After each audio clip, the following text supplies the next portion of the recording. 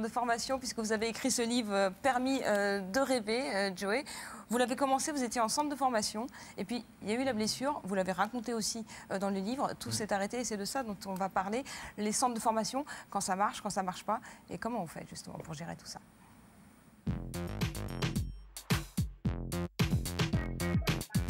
Alors votre histoire, celle du livre, Joey, eh bien, on est deux à l'avoir lu, plus quelqu'un d'autre qui l'a résumé dans ce sujet. C'est un sujet donc de David Chouchane.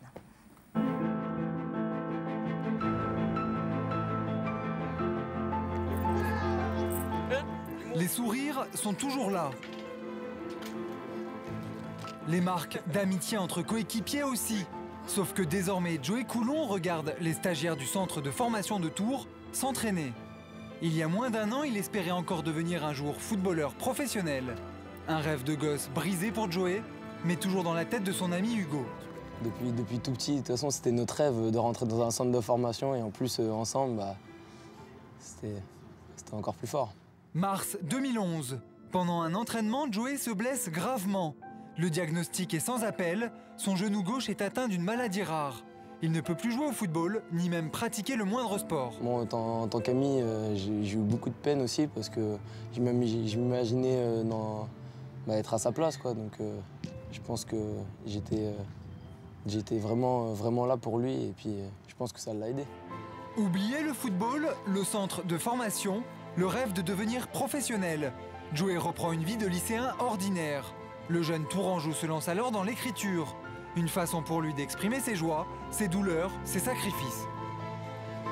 Il a compensé par l'écriture et je pense que ça lui a fait beaucoup de bien.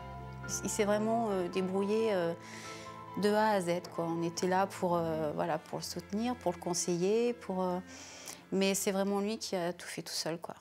D'une grande force de caractère, là où d'autres auraient pu sombrer, Joey Coulon a su rebondir. Assidu en cours, auteur de son deuxième livre à seulement 17 ans, comme une thérapie, Joey se découvre une autre facette. L'écriture de ce livre va lui permettre un petit peu de mieux se connaître et pouvoir peut-être maintenant passer une vitesse supérieure et pouvoir peut-être prendre vraiment un plaisir sur le terrain et avoir des initiatives et pouvoir carrément montrer un petit peu ce qu'il a envie et ce qu'il est exactement. Parce que c'est surtout ça, c'est de montrer ce que l'on est au fond, quoi. Entre rêve et désillusion, l'histoire de Joey Coulon soulève une question. Quel suivi est offert à ces jeunes footballeurs qui n'ont pas la chance de devenir professionnels?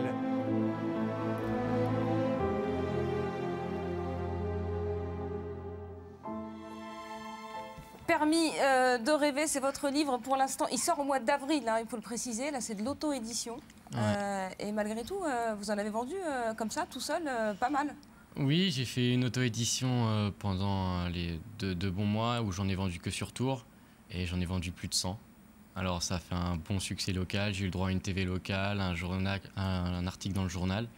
Et ça a vraiment bien marché. Puis j'ai eu de très bons retours et en avril, ce sera au niveau national. C'est ce qui vous a aidé, Joey, à tenir le coup? Parce que j'imagine que ça a été un gros choc pour vous, cette blessure, et de devoir arrêter quand on a rêvé de ça et qu'on travaille dur pour y arriver.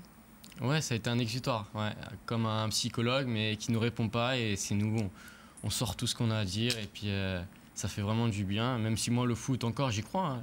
C'est pas parce que j'ai écrit ce livre que c'est fini, j'y crois, au contraire. Mais ça a vraiment été un bon exutoire. Ouais.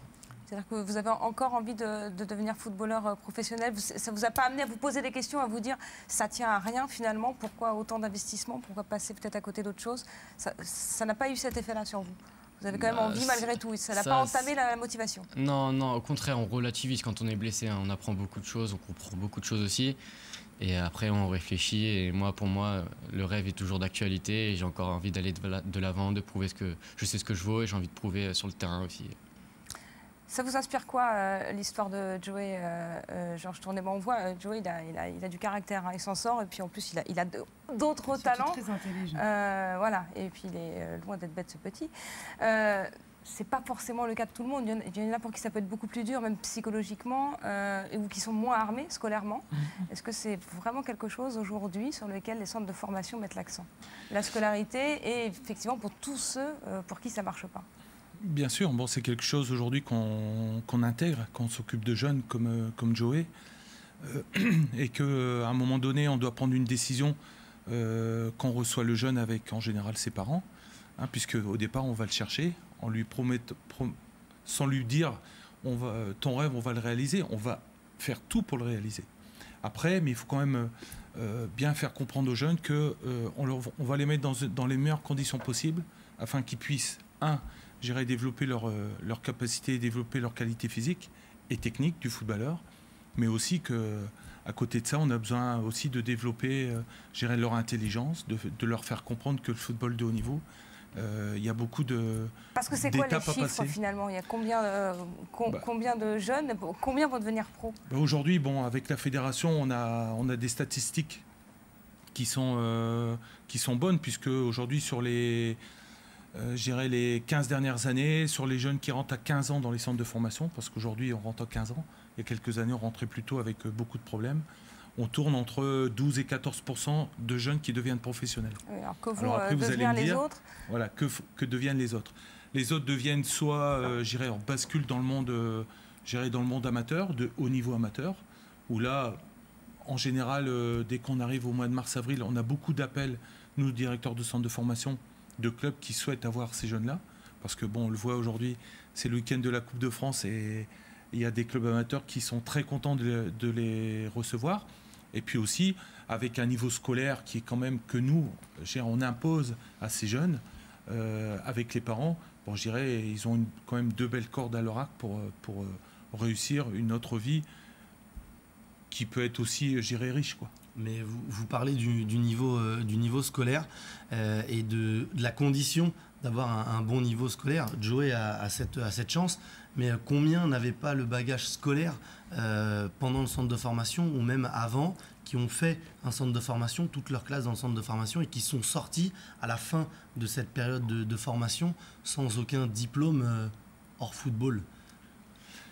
Et je dirais que le pourcentage était plus important il y a 5-10 ans. Aujourd'hui, je répète, on a un cahier des charges au niveau des centres de formation qui est lourd, qui est coûteux pour le club. Et je dirais, même celui qui n'a pas beaucoup de moyens intellectuels, je dirais, un centre de formation, c'est l'école du courage, quoi. Donc si au départ on va chercher un jeune, c'est qu'il y a des qualités le plus souvent possible maintenant, parce que ça change la donne. Et au niveau des qualités intellectuelles, ça fait partie au niveau recrutement qui sont importantes. Et puis après, s'ils ont des moyens restreints, on a quand même une formation de bac professionnel où ils peuvent après rebondir. Tout à l'heure, vous nous le disiez, il y a 3 paramètres importants. J'aimerais bien que vous... Voilà.